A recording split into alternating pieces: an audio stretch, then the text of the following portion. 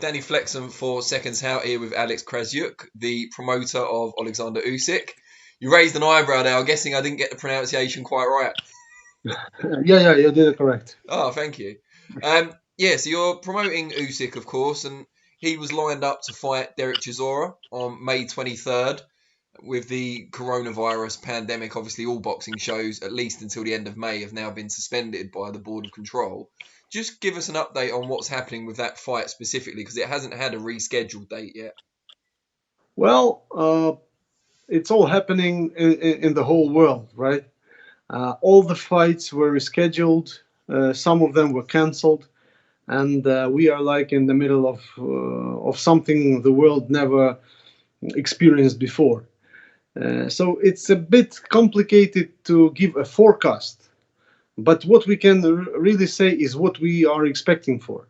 And at this stage, we haven't got the exact date, but we expect to have it somewhere in the middle of July, maybe the end of July, because this is something that can work good for both fighters as well as for the promotion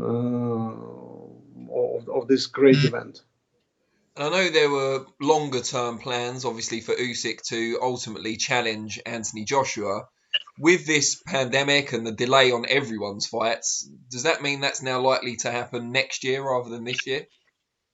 Well, if Usyk wins Chisora and he confirms his position of the mandatory challenger for Joshua, this fight has to take place in case Anthony accepts it. I mean, and never relinquishes the title. And if he does accept the fight, it should happen. But we cannot predict it happens in the end of this year or maybe next year, or because we never know when the pandemic gonna finish. People say that it might be happen again in the fall, and we all know that no one could expect it. Even I don't know, 3 months ago could predict this or that it could happen in April or in May. What I can say from my side is that the only difference, if the fight takes place in 2021, is that both fighters gonna get older for 1 year. That's it.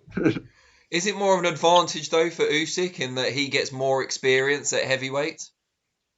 You know what? The biggest advantage, not just for Usyk but for all professional fighters, is that they can devote some certain time for the rehabilitation, for the recovery, because normally they are having from 2 to 4 fights per year, and 12 months is quite a short period for the preparation, for the fight, and for the rehabilitation, and they definitely need some time to recover. But the tough schedule, very rare, allows to do it. And now they have a good chance to spend some time with their families to recover physically and mentally. So I think it can work good for every fighter. Give us an idea of how Usyk is managing to maintain some form of training during this time. At this stage, he finished his first training camp session for the conditioning. Then we officially announced that the fight will not happen. So he spent some time with his health.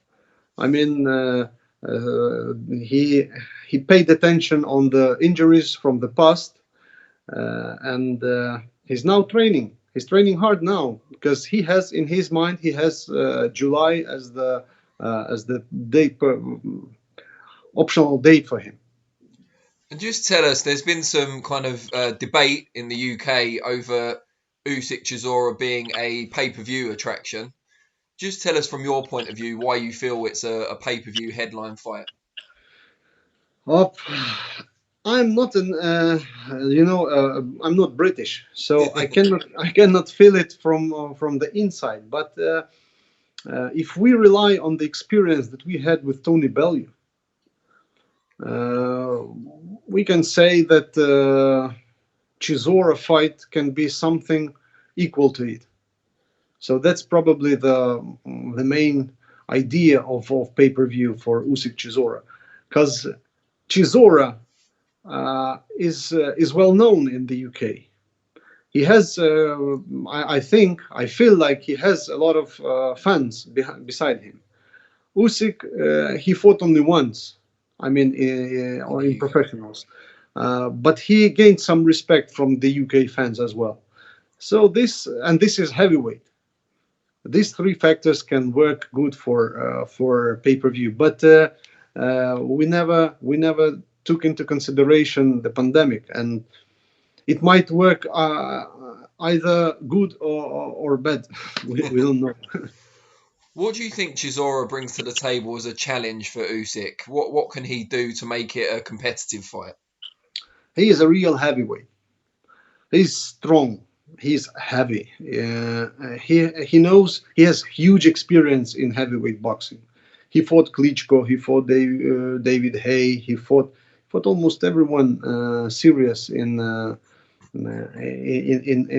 current boxing, and he knows how to behave in the ring. So Chisora at this stage is probably the biggest challenge for Usyk in his professional career, because guys from heavyweight division, they punch a bit harder than from cruiserweight. Sure. And just we talked earlier about the long-term plans of Usyk fighting Joshua. He's obviously the WBO mandatory challenger. There's been talk recently from Joshua himself and also from Eddie Hearn about asking the IBF mandatory Kubrat Pulev and Fury's next opponent Deontay Wilder to potentially step aside to allow Joshua against Fury this year. What do you make of that plan, especially from Usyk's point of view?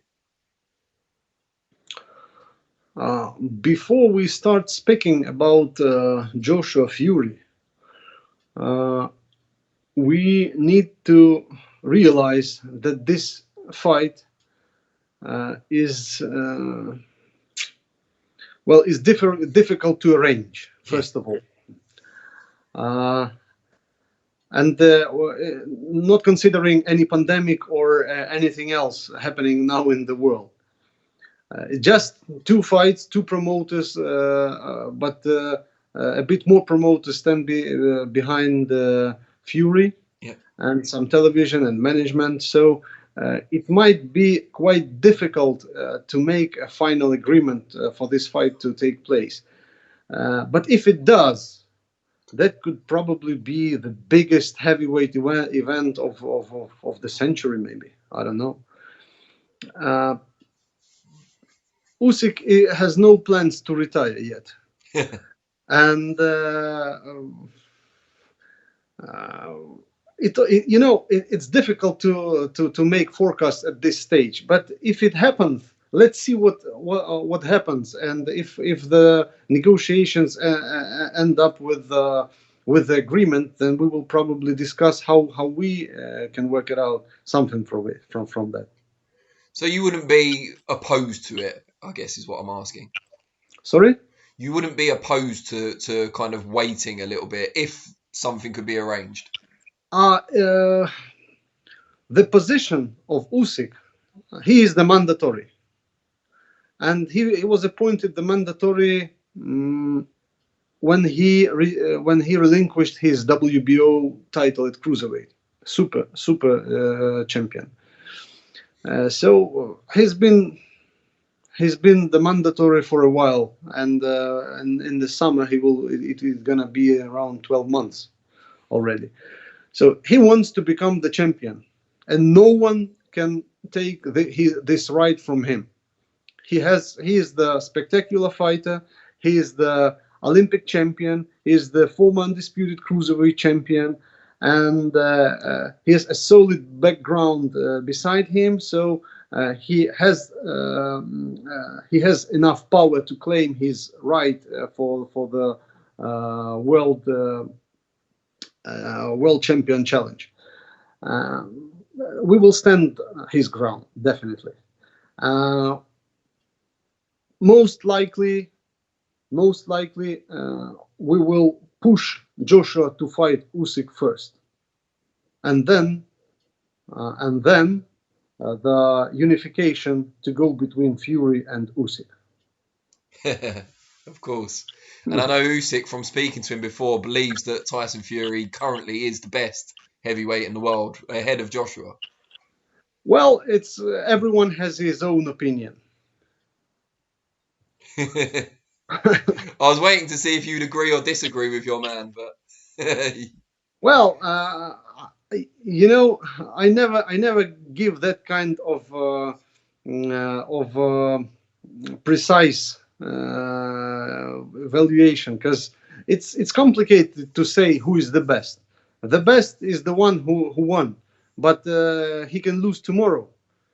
And there is, like Vitaly Klitschko once said, there is no best fighter in the world. It's all the matter of how good you are prepared for the day of the fight, and that's it.